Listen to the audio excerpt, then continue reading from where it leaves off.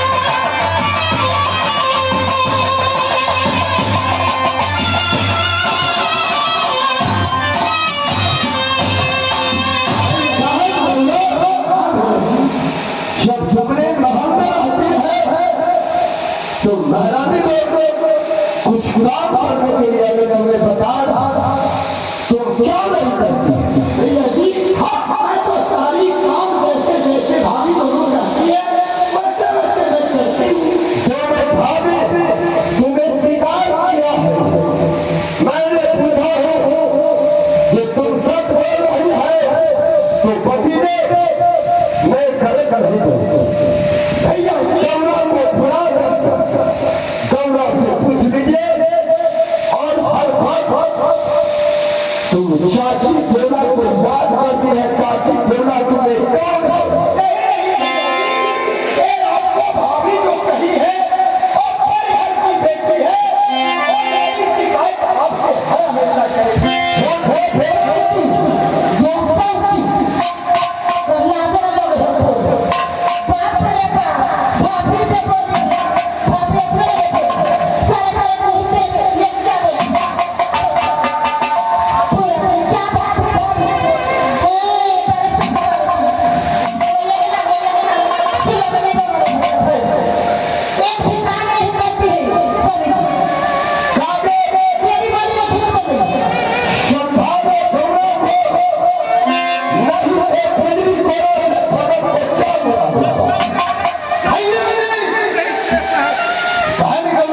भैया जी जिस प्रकार से भाभी कहती है स्विच महल में रहने के लिए मैं उनको अपने को पालन हर हमेशा करता हूँ फिर भी दोनों भाभी हमको बहुत गाली देती है जिसको मैंने सोने से निकाल दिया मैंने सोने के बाद अपने बेटा किया उससे नाम ले क्यों लेती है सही बात है। इससे बोल दो आज की बात वह मुसलमान देने को वह भारत को अगर ना दिया तो सबसे बड़ा हम भैया जी मैं बहन गंगा को समझा देता हूँ एक बार। चार साल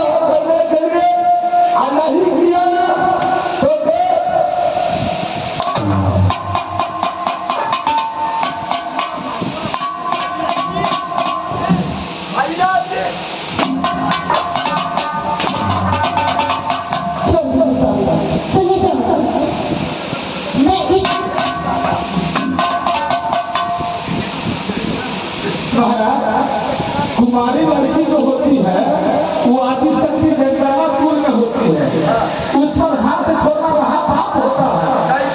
सात भाई को हत्या करना और औरत पर हाथ छोड़ना, दोनों पाप एक ही तरीके से कहे से करता है। देखिए स्वामी जी, देखिए बाप रे बाप पूरी जगह वही उन्हें हाथ पिता भाई भाई दे वाले मंदिर में पर मजा करता है। पिता फिर अपने से छोड़ना उन्हें मारे नहीं है, ये मारे हाथ मारा कैसे मारे इन्हें तो सम्मान करता सम्मान करता स्वामी जी इस समय तुम दोनों ध्यान भी छाए भी रहोगे। जाऊंगी सुनिए देवत जी, मैं आप दोनों के इसलिए नंदी गौरव के बारे में कहती हूँ क्योंकि वो बच्ची अब नहीं है, वो बच्ची से जवान हो चुकी है। कल को शादी कर दीजिएगा, जब शादी कर दीजिएगा उसे ससुराल जाएगी अपना, अच्छा कोई चीज में लूट नहीं रहेगा। अच्छा तो 3 लाख ऊपर कर देगा, सही बात सब हमारे आपके ऊपर पड़ेगा। सही तो बात कैसे तुम्हारी भाभी है कोई लूट नहीं सिखाएगा। धन हो तुम्हें पाया